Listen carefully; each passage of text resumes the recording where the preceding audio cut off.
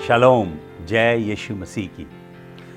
आइए हम परमेश्वर के वचन में से एक छोटी सी पत्री के ऊपर मनन करते हैं जो नए नियम में पाई जाती है। यहूदा की पत्री, दी एपिस्टल ऑफ जूड इंग्लिश में से कहते हैं। बहुत छोटी सी पत्री है, इसके अंदर केवल 25 आयतें हैं। देखिए इस पत्री की शुरुआत परमेश्वर का ये प्यारा दास कितने अनूठे ढंग से करता है। Jude the servant of Jesus Christ, यहूदा यीशु मसीह का दास। और अगले वचन में क्या लिखता है? एंड ब्रदर ऑफ जेम्स, और याकूब का भाई। यहूदा ये जो शब्द है ये एक और यहूदा से भी मिलता है जिसने प्रभु यीशु मसीह को चूम के बेवफाई की और अंत में अपने परिश्रम का फल पाया। जो चोर था और जिसका हृदय अंधकार से भरा था, अंत में आत्मदाह करके अपनी जीवन लीला को जिसने समाप्त किया। तो परमेश्वर का ये श्रेष्ठ दास जिसका नाम यहूदा है, कैसे अपने आप को प्रस्तुत करता है? Jude the servant of Jesus Christ. यहूदा जो यीशु मसीह का दास और याकूब का भाई, बता रहा है कि मैं वो यहूदा इस्करियोती नहीं हूं, बल्कि मैं याकूब का भाई हूं। अब देखिए ध्यान से, कितना दीन और विनम्र परमेश्वर का ये दास है। ये व्यक्ति असल में यीशु मसीह का आधा भाई है। ये परमेश्वर का दास मरियम और यूसुफ का बेटा है। अगर ये चाहता तो अपने आप को ये कह के संबोधित कर सकता था, अपनी भूमिका इस ढंग से पेश कर सकता था, मैं यीशु मसीह का आधा भाई, मैं मरियम और यूसुफ का पुत्र। लेकिन उसने फैमिली कार्ड प्ले नहीं किया। उसने अपना भाई यीशु मसीह को घोषित नहीं किया, बल्कि वो अपना भाई याकूब को बता रहा है। और यीशु मसीह को क्या कह रहा है? Jude the servant of Jesus Christ, यहूदा जो यीशु मसीह का दास है। आपको मालूम यहूदा कौन सा यूनानी भाषा का शब्द इस्तेमाल करता है? यूनानी भाषा में अलग अलग शब्द है नौकर के लिए। सुनिए ध्यान से। एक शब्द है डायकोनिया। डायकोनिया का मतलब जो सेवा करते हैं कलीसिया के अंदर, सेवक हैं, उन्हें डायकोनिया कह दिया जाता है। डायकोनिया का असली मतलब है यूनानी भाषा में the one who goes briskly scatters the dust on the road.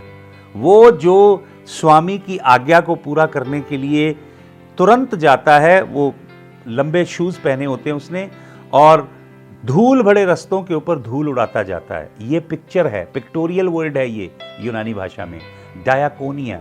Romeo की पत्री 16 अध्याय में बहन फीबी को डायकोनिया कहा गया है। कुछ लोगों का विचार है कि औरतें पासवान हो सकती हैं। मेरा ऐसा विचार नहीं है। मैं ये अवश्य मानता हूँ कि बहनें प्रचारक हो सकती हैं, यीशु मसीह की सेवा कर सकती हैं, लेकिन परमेश्वर के वचन में कहीं भी बहनों को पासवान, पास्टर होने के लिए ऑर्डेन नहीं किया गया है। फीबी जिस बहन की मिसाल लोग देते हैं रोमियो 16 अध्याय में, उसके लिए वर्ड यूज किया गया डायकोनिया, सेवक या सेविका। दूसरा शब्द है बाइबल में जिसे हिंदी की भाषा में प्रेरित पौलुस कहता है भंडारी। कुरिन्थियों की पत्री में वो कहता है हम परमेश्वर के भेदों के भंडारी हैं। वो ग्रीक वर्ड है ओइकोनोमिया। ओइकोनोमिया अंग्रेजी में कहा गया स्टूवर्ड और हिंदी में कहा गया भंडारी। ग्रीक वर्ड है ओइकोनोमिया। वहीं से हमारा अंग्रेजी का शब्द निकलता है इकोनॉमी, पैसा। ओइकोनोमिया कौन है? स्टूवर्ड कौन है? भंडारी कौन है? जो स्वामी के मैनेजर हैं, स्वामी के काम को मैनेज करते हैं। ये थोड़े ऊंचे दर्जे के नौकर हैं।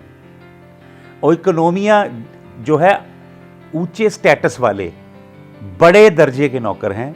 उसके बाद आ जाते हैं डायकोनिया, जो छोटे सेवक हैं। डायकोनिया, डायकोनिया भाग दौड़ करके सेवा करने वाले। लेकिन सबसे जो नीचे दर्जे का सेवक है भाई और बहनों, उसे यूनानी भाषा में कहा जाता है डूलोस। संत यहूदा जब अपने आप को पेश कर रहा है, आपको मालूम वो क्या लिख रहा है? कहता है यहूदा जो यीशु मसीह का डूलोस है। आपको मालूम डूलोस कौन होते हैं? डूलोस होते हैं बंधुआ गुलाम। डूलोस वो नौकर होते हैं जिन्हें मार्केट में जाके खरीदा जाता है। हालेलुया। डूलोस वो नौकर है जिसकी अपनी कोई इच्छा नहीं है। डूलोस वो नौकर है जिसकी अपनी कोई मर्जी नहीं है। डूलोस वो नौकर है जिसका अपना कोई दर्शन नहीं, अपना कोई विजन नहीं, अपना कोई ख्वाब नहीं, अपने जीवन की कोई तमन्ना नहीं। डूलोस अर्थात बंधुआ गुलाम वो नौकर है जिसके जीवन का उद्देश्य केवल उसकी मर्जी को पूरा करना है जिसने उसे खरीदा है मंडी से। हालेलुया। जिसका वो नौकर है जो उसे मोल लेकर आया है, उसको प्रसन्न करना, उसकी सेवा करना, उसकी खुशी को पूरा करना, उसके दर्शन को, उसके रोआ को पूरा करना, उसकी मर्जी को पूरा करना इस नौकर की खुशी है, तमन्ना है, आरजू है। और इसी उद्देश्य के लिए ये नौकर जीता है। ये शब्द इस्तेमाल कर रहा है यहूदा। आज सेवक लोग कितने बड़े बड़े अलौकिक शब्द इस्तेमाल करते हैं, अपने नाम के आगे बड़े बड़े शब्द लगाते हैं। भाई और बहनों, मैं बहुत डरता हूं, बहुत भयभीत होता हूं। कितना अहंकार का प्रदर्शन, कितना दिखावे का, बनावटीपन का प्रदर्शन है। देखें, ये यीशु मसीह की मां मरियम की कोख से निकला है और यूसुफ का बीज है। अपने आप को यीशु मसीह का बंधुआ गुलाम बता रहा है। ओइकोनोमिया नहीं बता रहा है, डायकोनिया नहीं बता रहा है, अपने आप को बता रहा है डूलोस। आपको मालूम डूलोस कौन होता है? बाइबल में लिखा है बंधुआ गुलामों के विषय में। प्रभु ने कहा जुबली जब आए उन्हें आज़ाद कर देना, वो आज़ाद हो जाएं, उनके बीवी बच्चे आज़ाद हो जाएं। लेकिन अगर वो नौकर ये कहे कि स्वामी मुझे तुझसे प्यार हो गया, मैं तुझे छोड़ना नहीं चाहता, तो क्या लिखा है वचन के अंदर? वचन के अंदर लिखा है उसे अपने घर के द्वार तक लेके जाना और उसके कान में सुराख कर देना। इधर कान में क्या कर देना? सुराख कर देना।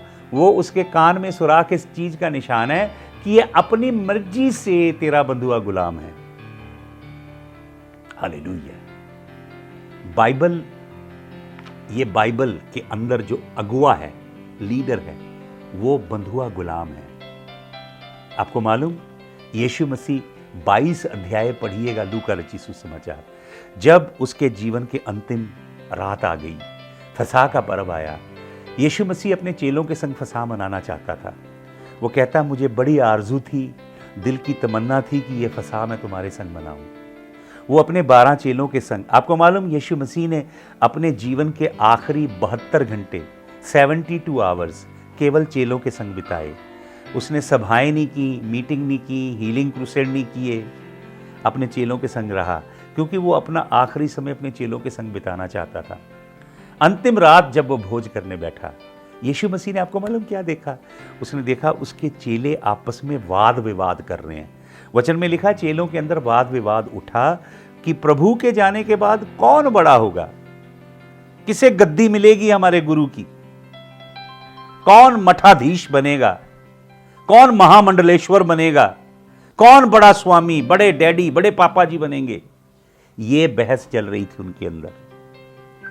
सभी चेले अपनी अपनी तर्क पेश कर रहे होंगे,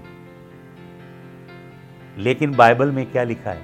यीशु मसीह जिसका दिल गमगीन था बहुत, यीशु मसीह का हृदय व्याकुल था। वचन में लिखा वो बहुत व्याकुल था, बहुत बड़ी वेदना से गुजर रहा था, बहुत बड़े दुख से गुजर रहा था। यीशु मसीह गतसमनी देख रहा था जहां उसे निचोड़ा जाएगा। गात शमानीम, आपको मालूम गतसमनी का मतलब क्या है? वो जगह जहां पे, जिसे पंजाबी में कह दो वेलना, जिसके अंदर से गन्ना निकाला जाता है, ऐसे वहां पे जगह थी गात शमानीम, जहां पे ऑलिव को, इंजीरों को, ऑलिव को, जैतून को, उन्हें क्रश किया जाता है। ऐसे एक बहुत बड़े वाट में रखा जाता है, पत्थर के ऊपर से बहुत बड़ा पत्थर उनके ऊपर डाला जाता है, दबाया जाता है, उसमें से जैतून का तेल निकलता है। यीशु मसीह वो पीड़ा अनुभव कर रहा है। यीशु मसीह क्रूस की शैडो, क्रूस की परछाई देख रहा है। यीशु मसीह बेरहमी से ठुकती कीलों को देख रहा है, कोड़ों की मार को देख रहा है। वो बहुत गमगीन है और वो अपने चेलों के साथ वो समय बिताना चाहता है। लेकिन चेले ये वाद विवाद कर रहे हैं, बहस कर रहे हैं कि प्रभु के जाने के बाद बड़ा कौन होगा, बड़ी पदवी, बड़ी कुर्सी, बड़ी गद्दी किसे मिलेगी। तो प्रभु ने क्या किया? प्रभु यीशु मसीह ने अपने चेलों के भ्रष्ट दिल देखे, जो पोजीशन हंगरी हैं, पावर हंगरी हैं, जो दुनिया में बड़ी कुर्सी चाहते हैं, दुनिया की शानो शौकत चाहते हैं, दुनिया में मशहूर होना चाहते हैं, दुनिया के लोगों की वाहवाही चाहते हैं। यीशु मसीह ने ऐसे चेलों को देखा और प्रभु ने क्या किया, उसने पोशाक पहनी थी रब्बी की, उस्ताद की पोशाक पहन, बहुत कीमती पोशाक थी वो, आपको मालूम, वो सीमलेस थी, उसके अंदर जोड़ नहीं था। बहुत महंगी सिल्क थी, रेशम थी, जिसके अंदर जोड़ नहीं था। इसीलिए रोमी सिपाहियों ने उसे गुणिया डाल के बांटा, क्योंकि वो बहुत महंगी पोशाक थी। यीशु मसीह ने अपनी रब्बी की पोशाक उतार के रखी और अपने कमर के साथ एक गमछा बांध लिया, जैसे तौलिया होता है, एक लंबा तौलिया बांधा जो बहुत लंबा होता है। और आपको मालूम ये तौलिया कौन बांधते हैं? ये तौलिया बांधते हैं भाई और बहनों डूलॉस, बंधुए गुलाम, जिन्हें मार्केट से खरीद के लाते हो आप, वो गुलाम ये गमछा बांधते हैं। और ये गुलामों का काम क्या होता है? बाथरूम साफ करना, टॉयलेट धोना, फर्श को साफ करना, डस्टिंग करना, हर तरह का जो घटिया काम है, निम्न स्तर का काम है, वो काम ये बंधुए गुलाम करते हैं। और ये बंधुए गुलाम का सबसे बड़ा काम होता है लोगों के पाँवों को धोना। वो पाँव को धोते हैं, फिर उसको टावल से साफ, ऐसे टोज को साफ करते हैं, हड़बड़ाहट में नहीं धो देते पाँव, पाँव को धोते हैं अच्छी तरह, फिर उनकी टोज को, उंगलियों को ऐसे साफ करते पाँव की, फिर जैतून का तेल डाल के मसाज करते हैं। ये काम है बंधुए गुलामों का। यीशु मसीह ने गुरु की पोशाक उतारी और बंधुए गुलाम की पोशाक पहनी और अपने चेलों के पाँव धोने लगा। आपको मालूम, यीशु मसीह चेलों को संदेश दे रहा है। चेले कह रहे हैं बड़ा कौन होगा, बड़े पापा डैडी जी कौन होंगे, बड़े अपोस्टल, मेजर माइनर कौन होंगे, बड़े over arching bishop, right reverend कौन होंगे? तो यीशु मसीह बता रहा है, यीशु मसीह बता रहा है जो झुक के सबके पाँव धोता है, जो झुक के सबसे घटिया काम करता है, वो मेरे राज्य में सबसे बड़ा होगा। जो अपने आप को बहुत बड़ा दिखाता है, बहुत बड़ी पदवी पे बैठता है, लोग उसको बहुत बड़े बड़े नामों से बुलाते हैं, बड़ी महिमा यश गाते हैं उसका, वो मेरे राज्य में सबसे छोटा होगा। हालेलुया। तो देखिए, प्रभु का ये प्रेरित अपने आप को डूलॉस बताता है, इकोनोमिया नहीं बताता है, डायकोनिया नहीं बताता है, डूलॉस। मैं यीशु मसीह का बंधुआ गुलाम हूं, डिस्टिंक्शन बताता है। आपको मालूम, यीशु मसीह के 4 भाई थे, यहूदा, याकूब, योसेस या योसफ और साइमन। आप पढ़ लीजिएगा मरकुस रचित सुसमाचार 6 अध्याय का 3 वचन। और यीशु मसीह की बहनें भी थीं, प्लूरल वर्ड लिखा है, जीसस हैड सिस्टर्स, तो 2 या 2 से ज़्यादा होंगी। यीशु मसीह की बहनें भी हैं, यीशु मसीह के भाई भी हैं, लेकिन यीशु मसीह के बहनें और भाई ये जो है, ये यीशु मसीह पे विश्वास नहीं करते हैं। यूहन्ना 7:5 में लिखा, they did not believe in him, उन्होंने यीशु मसीह पे विश्वास नहीं किया। और एक वचन में लिखा है, उन्होंने यहाँ तक कहा, he is crazy, he is gone out of his mind, इसका दिमाग बहक गया है, ये सही दिमाग में नहीं है, ये उन्होंने बोला। हालेलुया। तो याकूब देखिए एक बड़ी अनूठी पत्री लिखता है। मैं शायद इसके भी हम 2 सेशन करेंगे, मुझे मालूम नहीं अभी कितना टाइम हुआ है, 13 मिनट हुए हैं। अभी हम कुछ इसकी आउटलाइन देते हैं, फिर दूसरे सेशन में इसे समाप्त करेंगे। तो याकूब पत्री क्यों लिख रहा है? एक ही पत्री लिखी यीशु मसीह के चेले ने, जो अपने आप को यीशु मसीह का बंधुआ गुलाम कहता है। हालेलुया। अपने आप को इकोनोमिया नहीं कहता है, अपने आप को डायकोनिया नहीं कहता है, अपने आप को डूलॉस कहता है। आपको मालूम, प्रेरित पौलुस अपने आप को डूलॉस नाम देके संबोधित करता है बार बार पत्रियों में। प्रेरित पौलुस इतना अद्भुत दास है, अपने आप को जब रोम की जेल में है, पत्री जेल में से लिख के भेज रहा है। और आपको मालूम क्या कहता है? कहता है, मैं प्रेरित पौलुस जो यीशु मसीह का कैदी हूँ। वो ये नहीं कह रहा कि मैं कैसर का कैदी हूँ, मैं रोमी सरकार का कैदी हूँ, या मेरे ऊपर यहूदियों ने एक षड्यंत्र चलाया, धर्म षड्यंत्र चलाया। मैं रिलीजियस कॉन्स्पिरेसी का विक्टिम नहीं हूँ, किसी पॉलिटिकल साजिश का शिकार नहीं हूँ। मैं यीशु मसीह का गुलाम हूँ। वो दुख भोगता है शान से। परमेश्वर के लोग दुख, पीड़ा, कष्ट जो यीशु मसीह के लिए भोगते हैं, पतरस अपनी पत्री में लिखता, अगर तुम प्रभु के लिए दुख भोगते हो, ये संसार में तुम्हारे साथ अन्याय होता है, जबरदस्ती धक्का होता है तुम्हारे साथ, तब तुम जो प्रभु के पथ पे चलते दुख भोगते हो, तब जलाल का आत्मा तुम्हारे ऊपर वास करता है। लेकिन अगर तुम अपने बुरे कामों के लिए जेल जाते हो, बुरे कामों के लिए दुख भोग, बहुत सारे लोग, मसीह लोग बुरे कामों के लिए जेल जाते हैं, कोर्ट कचहरी में जाते हैं, दुख भोगते हैं, तो प्रभु का दास कहता है तुम प्रभु के नाम की निंदा करवाते हो। यीशु मसीह के लिए हम शान से दुख भोगते हैं। यीशु मसीह के लिए दुख भोगना एक स्वर्गीय सौभाग्य है। तो प्रभु का ये जो दास है, सुनिए, कहता है, Jude the servant of Jesus Christ and brother of James, to them that are sanctified. किसने पत्री लिख रहा है? उनके लिए जो सैंक्टिफाइड हैं। सैंक्टिफाइड का मतलब जो परमेश्वर के लिए अलग कर दिए गए हैं, रोज रोज जिन्हें धोया जा रहा है।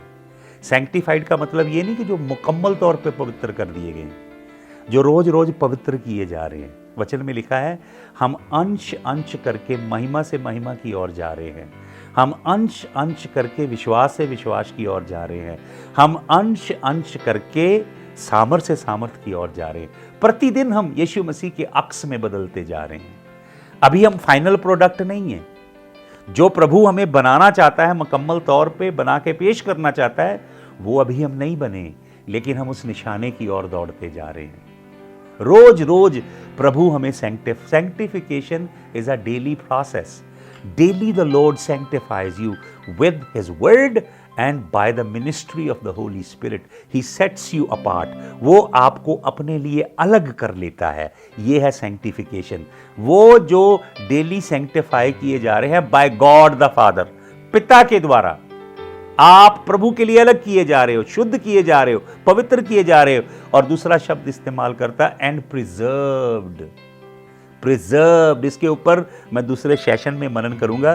प्रिजर्व का मतलब होता है टू कीप, संभाल के रखना, बचा के रखना। हालेलुया। परमेश्वर आपको और मुझे प्रिजर्व कर रहा है। आपको मालूम, अचार होते हैं ना, अचार, उन्हें प्रिजर्व्स बोलते हैं, प्रिजर्व्स। और चीजों को जो करप्ट होने से, खराब होने से बचाती हैं चीजें, उन्हें प्रिजर्वेटिव बोलते हैं।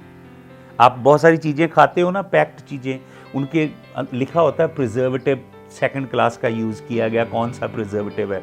जो प्रिजर्वेटिव ऐसे केमिकल होते हैं जो चीजों को गलने, सड़ने और खराब होने से और उनके टेस्ट में, उनके स्वाद में तब्दीली आने से बचाते हैं, उन्हें प्रिजर्वेटिव बोलते हैं।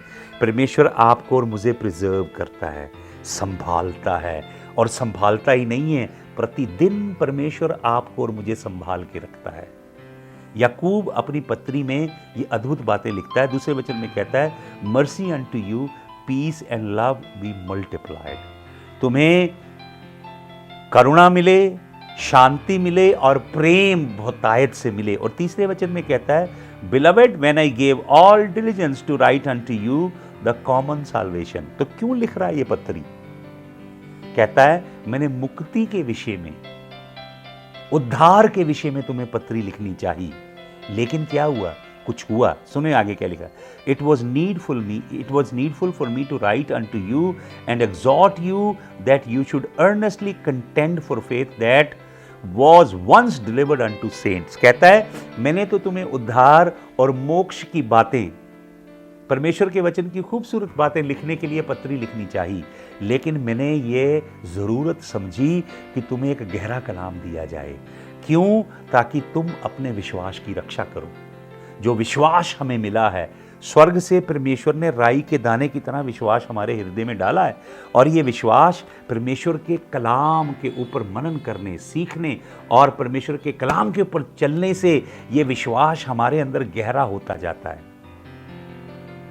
हालेलुया। इस विश्वास के लिए युद्ध कर।